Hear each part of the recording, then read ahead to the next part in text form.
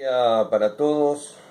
Bueno, acá respondiendo un poco a algunas de las inquietudes que nos han llegado por mail, consultándonos si la tecnología es buena para poder aportar en distintos casos de secuestro automotor o en algunas eventualidades que ahora la vamos a desarrollar en este video, que puede suceder donde intervenga un automotor, si son buenas para contratar en una pericia. La verdad que sí, que las nuevas tecnologías para poder determinar algunas cuestiones periciales en materia automotor son muy buenas. No hay que exceder tampoco con ellas y tener en cuenta cuáles de esas tecnologías van a determinar un desarrollo sustancioso para el dictamen final. De hecho, que no se abuse de la tecnología o de una tecnología que no es tal para la pericia automotriz, porque después se termina haciendo una redacción abusando de la semántica, donde el juez después nos termina llamando a indagatoria o nos termina citando para dar una explicación sobre un dictamen que debería tener no un lenguaje coloquial, porque obviamente que hay especificaciones y terminologías técnicas que debe llevar el dictamen, pero sí un lenguaje técnico entendible para el juez, porque para eso estamos los peritos. En todo proceso judicial, en el fuero penal, están los asistentes técnicos, los testigos expertos, en este caso son los peritos, que son los que van a auxiliar en determinado hecho al juez.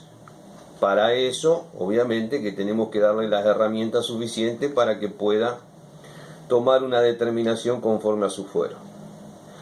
En base a estas cuestiones, es muy importante que saber que es medio difícil que con los nuevos códigos procesales acusatorios o los códigos procesales mixtos, como se están viendo en algunas provincias, se cite o vaya un proceso donde determine un juicio oral, que puede ser público o no, eso es indistinto, pero el juicio es oral, por la supresión de la identidad del automotor.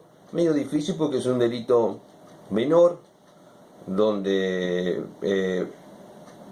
por más que sea reiterado, independientemente que las reiteraciones de esta clase de delito tenga una pena privativa de libertad que es menor, pero relativamente tiene que ser muy reiterada para que eso suceda, porque es un delito escarcelable, no supera los 2 años como pena máxima. En base a esa cuestión, no consideramos de que pueda llegar a surgir efecto de llegar por supresión de identidad, a no ser que sea mucha cantidad de vehículos, 20, 30 vehículos que tengan la supresión, y que obviamente que en algunos, por pericia de revenido químico, surjan que tienen pedido de secuestro en circulación activo a la fecha de la pericia. En ese caso puede surgir, pero obviamente que ya estamos hablando de bandas delictivas donde se conformaría o configuraría, hipotéticamente hablando, la asociación ilícita. Y ahí sí puede el perito verificador intervenir en un juicio oral, público o no, pero sin un juicio oral, donde va a haber una investigación preparatoria, donde puede haber un juicio abreviado y así sucesivamente, hasta llegar al juicio oral. En ese caso sí hay tecnologías que podemos utilizar, y particularmente la que me han consultado. Me consultaron si hacer una historia dinámica del momento desde el secuestro del vehículo, pues se puede hacer una historia dinámica. ¿Qué quiere decir una historia dinámica? A partir del secuestro, tratar de entender qué sucedió con el vehículo, porque es el material de prueba que tenemos para poder estudiar, es el indicio en principio. Una vez que esté indubitado va a pasar a ser no una prueba, porque la prueba se determina en un juicio oral, se determina justamente delante de un tribunal de enjuiciamiento. Entonces va a pasar a tener el indicio, que va a ser la materia en la cual donde vamos a estudiarla. Una vez que ese indicio esté indubitado, ese auto esté indubitado por el proceso de análisis que llevó en el laboratorio, va a pasar a hacer una evidencia, y obviamente que en juicio se va a convertir en prueba. Una vez aclarado esto, el análisis historial que se hace desde el comienzo que se secuestra el vehículo hacia atrás, obviamente que se puede aplicar la tecnología, particularmente la que me han consultado si se puede aplicar lo que es la realidad virtual. Y yo le diría que hay un concepto erróneo de lo que es la realidad virtual y lo que es la realidad aumentada. Lo más correcto sería que se aplique lo que es la realidad aumentada. ¿Por qué? Porque todos los peritos que deben defender su dictamen en juicio lo hacen de distinta forma. Algunos esperan en el arco, tiren la pelota y tratan de atajarla. O sea, ¿qué quiere decir?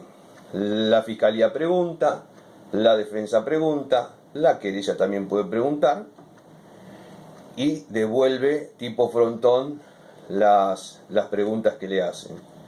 Otros hacen una redacción, por ahí es muy monótona esa redacción en base a la pericia que realizaron, y otros utilizan tecnología como puede ser el PowerPoint, dando una explicación académica sobre el dictamen del cual ya se han explayado. Convengamos que el perito, cuando llega a juicio oral, no tiene el dictamen en mano ni el expediente, entonces tiene que estudiarlo bien para poder defender su pericia. Y algunos utilizan lo que se llama la realidad aumentada, que la confunden con lo que es la realidad virtual. Porque justamente lo que es realidad virtual, es una realidad ficticia en un contexto real del cual no estamos viviendo. Es como cuando vamos a Tecnópolis, nos ponen el visor, los auriculares y estamos en un lugar donde no puede haber nada, es una habitación, pero lo que vemos una realidad que podemos estar esquiando, podemos estar navegando, podemos estar corriendo en moto, en un auto de Fórmula 1. Eso es una realidad virtual. Es algo que aparenta ser que no es. Y nosotros no necesitamos aparentar que algo sea de la realidad que no es. Si el vehículo está suprimido en la identidad, se le hizo revenido químico, se dieron las numeraciones, consultar el sistema informático interconectado con la Dirección Nacional, surge que tiene pedido de secuestro, eso es real y no necesitamos nosotros poner en contexto algo que no es. Que por ahí el perito Nobel se enrieda en un montón de contextos y frases abusando de la semántica y no se termina entendiendo nada y se enrieda, y después en el juicio oral termina enredando mal las cosas y así se terminan cayendo causas. Se han caído causas por no saber explicar. No crean que le pasa a todos los nobles, también a los peritos experimentados por ahí no saben explicar la pericia, son muy buenos en la redacción del dictamen, pero cuando tienen que explayarse, el pánico escénico, que es uno de las fobias más grandes que tiene el ser humano, le hace cometer errores en la defensa del dictamen. Entonces, ya aplicamos lo que es realidad virtual, bien sería lo que es realidad aumentada. O sea, ve la percepción de la realidad, pero verla en un 100 o en un 1000 por. O sea, aumentar esa realidad. Y ahí sí entraría esa tecnología a jugar en lo que es la pericia automotriz. Ahí se explicaría por qué surgen ciertas cuestiones y por qué otras no surgen. Por ejemplo, en un vehículo donde el proceso de erradicación de la identidad que poseía ese vehículo, y ahí se podía contextualizar cómo es la identidad de un automotor en un video donde se produzca esa realidad aumentada justamente con la base soporte real de ese vehículo.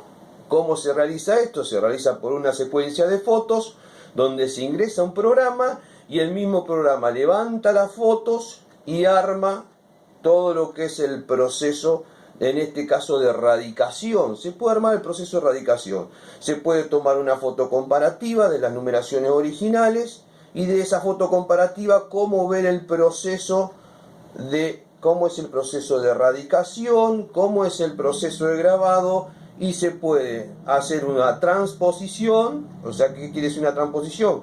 Que la numeración original se transpone con la numeración apócrifa. Y ahí sacar los parámetros conforme, ¿se acuerda que habíamos hablado? De lo que son las normas DIN 1451, las normas DIN 1451, que es lo que le da morfología a las numeraciones. Entonces ahí sacamos que conforme a la numeración original, que tiene relación con X normativa, que es la DIN 1451, que está homologada por fábrica dentro de estos parámetros, y la numeración que se encuentra apócrifa no cumple estos parámetros, y el juez en la pantalla va a ver que en la transposición no coinciden. Entonces ahí es donde interpreta mejor el juez. Y después se le puede hacer, a continuación o en el mismo video, se le puede realizar una realidad aumentada sobre el proceso de lo que es la pericia de revenido químico. Se hace un corte plano, o sea, nosotros vamos a ver así, la numeración acá, entonces se le hace un corte plano, un corte transversal y se lo pone plano, donde la numeración va a estar acá arriba. Y ahí se le muestra todo el proceso que tiene a partir de la deformación plástica por la percusión, ya sea de cualquier sistema de grabado, ya sea por dígito por punto o micropunto, como lo quieran llamar, por cuño, por arrastre o por láser, que son las que están hoy por hoy grabando las fábricas de las terminales automotrices. Entonces el proceso de grabado, el proceso de las bases especulares que se forman a partir de esa dislocación, a partir de esa dislocación de la base soporte, porque es una base soporte, muchos lo confunden con base especular. La base especular se forma a partir de la deformación plástica que produce esa percusión.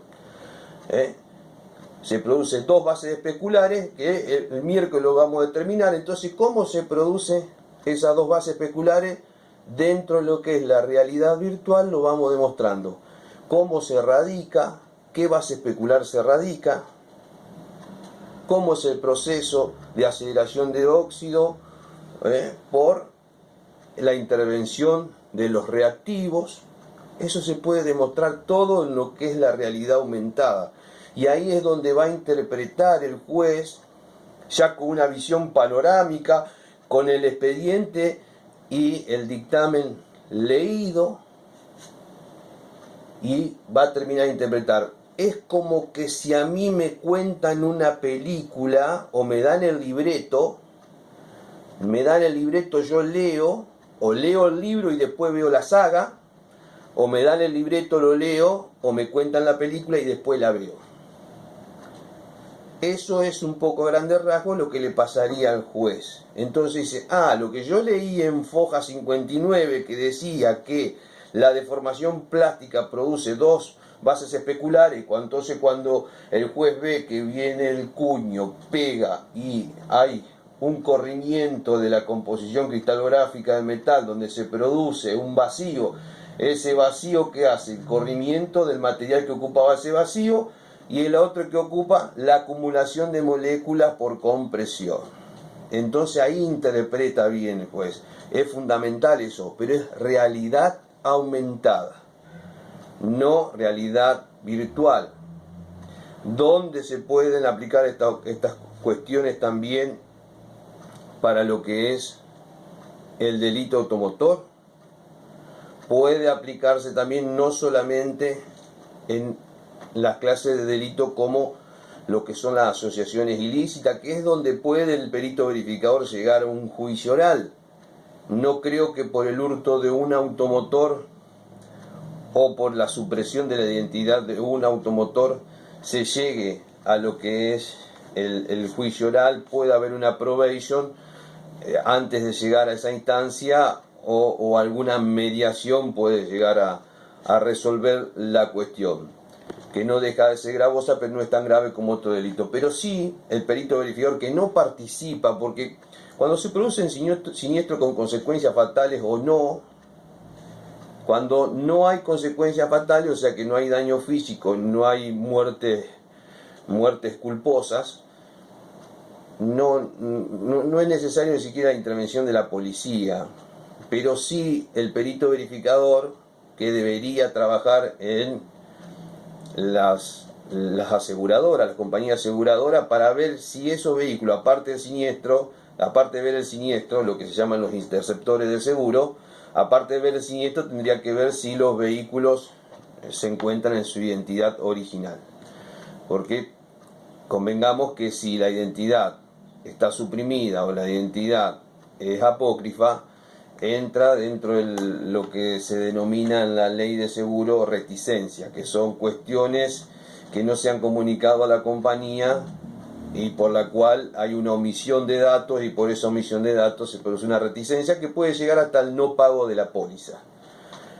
Pero cuando hay consecuencias fatales también tendría que ir el perito verificador a ver la identidad de esos vehículos, y ahí puede llegar a participar. Y si hay un litigio dentro de los tribunales de responsabilidad extracontractual, que de hecho va a haber también un litigio penal, que va a depender de la resolución del litigio penal, el fallo del Tribunal de Responsabilidad Extracontractual por los daños y perjuicios en materia pecuniaria, obviamente que puede llegar a haber un juicio oral. Ahí, particularmente si hay muchos lesionados con lesiones graves, gravísimas, o inclusive hasta muertes culposas. Y en otras ocasiones cuando se suceden hechos delictivos con la intervención de vehículos, que se producen tiroteos con fallecidos, bueno, ahí también se hace la pericia de verificación, y obviamente que si se llega a un juicio oral, porque se capturan a los imputados en principio, obviamente que el perito verificador también va a cumplir un rol importante dentro de lo que es la parte de la investigación preparatoria, y aparte en lo que va a ser el juicio oral en sí. Por eso creo que la tecnología es buena. Hay que determinar cuáles tecnologías son propicias para la pericia automotor. En este caso, como decía el colega y amigo Abel, que no creo que sea realidad virtual, pero es como todo, mis opiniones son discutibles, debatibles, opinables, y mis dictámenes son apelables también. Así que considero de que en vez de realidad virtual, lo ideal sería realizar una realidad aumentada. Buscar las aplicaciones, hay aplicaciones gratis que se pueden utilizar, no son muy complejas de poder realizarlas, y si no, siempre tenemos un amigo informático que nos puede llegar a resolver la cuestión. Le damos los parámetros y las fotos indubitadas para poder realizar el trabajo pericial en lo que se denomina realidad aumentada, y entonces sí poder esclarecerle un poco más el dictamen, que en la letra fría por ahí no se puede llegar a interpretar bien por tantas terminologías técnicas que no la podemos evitar. Así que una herramienta más para el perito y una herramienta más para el juez, y eso va a ser a la calidad y a la experticia del perito. Espero que les haya servido. Les mando un fuerte abrazo, un feliz almuerzo, y gracias por estar ahí y suscríbanse por favor que necesitamos suscriptores. Gracias.